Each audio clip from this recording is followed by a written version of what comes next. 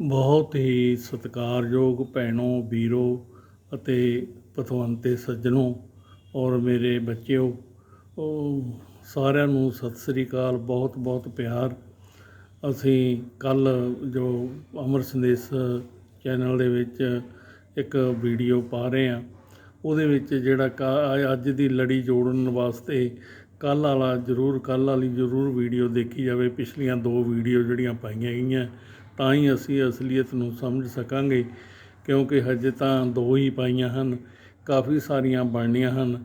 ਇਸ ਕਰਕੇ ਅੱਜ ਆਪਾਂ ਉਸ ਤੋਂ ਅੱਗੇ ਕੱਲ੍ਹ ਵਾਲੇ ਭਾਗ ਤੋਂ ਅੱਗੇ ਸ਼ੁਰੂ ਕਰ ਰਹੇ ਹਾਂ। ਇਹਦੇ ਵਿੱਚ ਕੀ ਹੈ ਕਿ ਆਕਰਸ਼ਣ ਦਾ ਨਿਯਮ समान चीज़ों को आकर्षित करता है।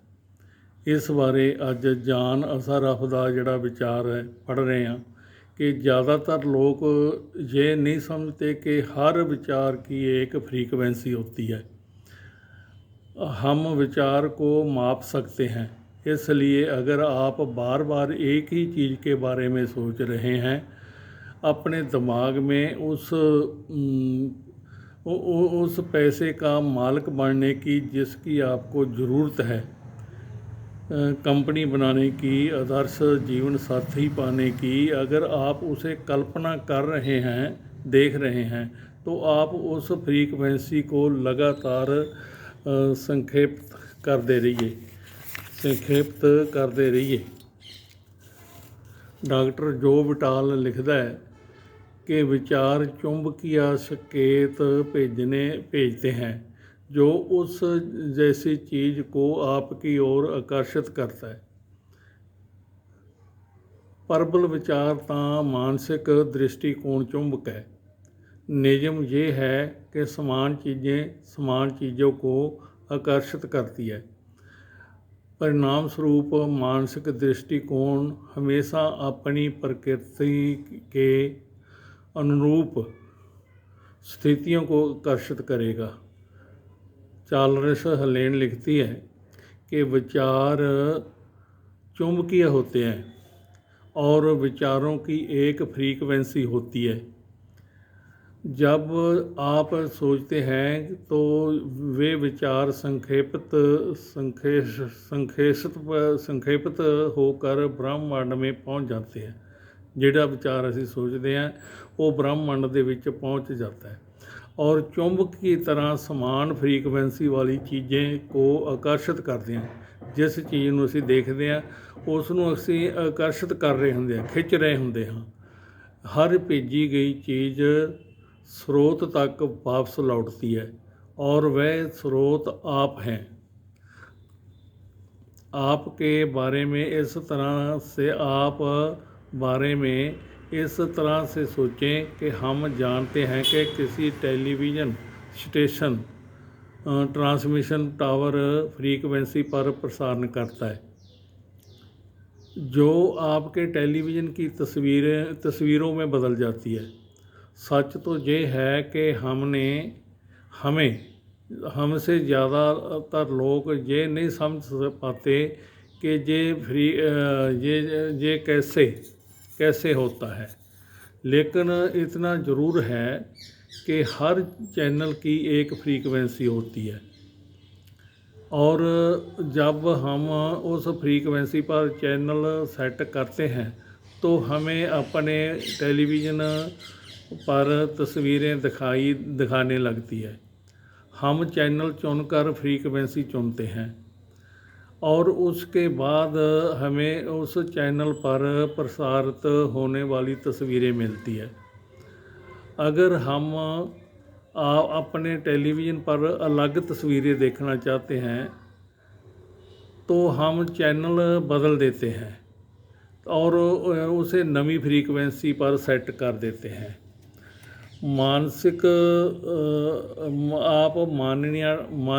मानवीय ट्रांसमिशन टावर है और धरती पर बने किसी भी टेलीविज़न टावर से ज़्यादा शक्तिशाली हैं।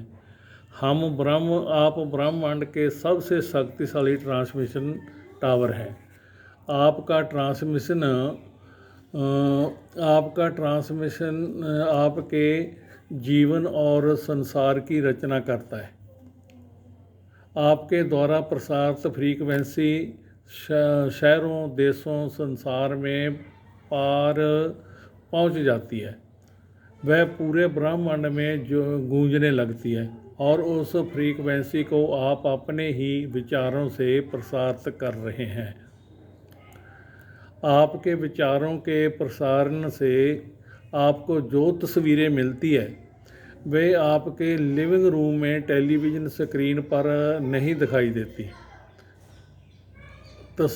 वे तस्वीरें जो आपके जीवन में दिखती है आपके विचार फ्रीक्वेंसी सेट करते हैं। उस फ्रीक्वेंसी पर मौजूद समान चीज़ों को आकर्षित करते हैं और फिर आपके विचारों को जीवन की तस्वीरों के रूप में आपकी ओर प्रसारित कर देते हैं। अगर आप अपने जीवन की किसी भी चीज़ को बदलना चाहते हैं तो अपने विचार बदलकर चैनल और फ्रीक्वेंसी बदल दें। मानसिक शक्तियों के कंपन ब्रह्मांड के सर्वश्रेष्ठ और सबसे शक्तिशाली होते हैं। अगे ये जड़ा है चार्ल्स हलेन ने ये विचार रखे। अगर अगला विचार जड़ा है बॉब प्रॉक्टर कहता है कि अगर आप समुद्र जीवन जीने की कल्पना करेंगे तो आप उसे आकर्षित कर लेंगे। वह सिद्धांत हर बार हर इंसान के मामले में काम करता है। जब आप अपने समुद्र वधिया जीवन को कल्पना करते हैं तो आप आकर्षण के नियम द्वारा मशक्कत और सचेतन रूप से अपने जीवन का निर्माण कर रहे हैं। ये काम इतना ही आसान है, लेकिन फिर सबसे स्पष्ट सवाल आता है कि हर व्यक्ति अपने सुपनों की ज़िंदगी क्यों नहीं जी रहा है। फिर ये सवाल उठता है कि इंसान अपनी ज़िंदगी क्यों उस तरह नहीं जी सकता है। ये अज का जिहड़ा है अपना विचार सी ते कल आपां नवां चैप्टर शुरू करांगे। अज पिछले चैप्टर का यह दूजा भाग है, कल नूं तीजे भाग शुरू करांगे। सारिਆਂ ने इस पर विचार करना है, थोड़ा थोड़ा करके इस करके किया जा रहा है कि आप इसनूं चंगी तरह समझ सको ताकि आपकी समझ विच पै सके।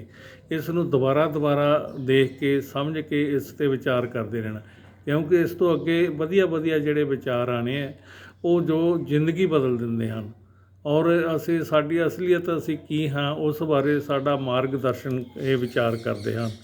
अगे कल फिर आपां नवां चैप्टर शुरू करांगे ते उहदे विच आप जी ने पूरा सहयोग देना है और सबसक्राइब दा बटन जरूर दबाना ताकि हौसला मिलता रहे, अगे तो सारे ये विचार होर सुनते रहन। ये कहंदा होया खिमा दा जाचक हां। कल फिर नवां चैप्टर शुरू अमर संदेश चैनल ते करांगे ते आप जी ने सारिਆਂ ने साथ देना।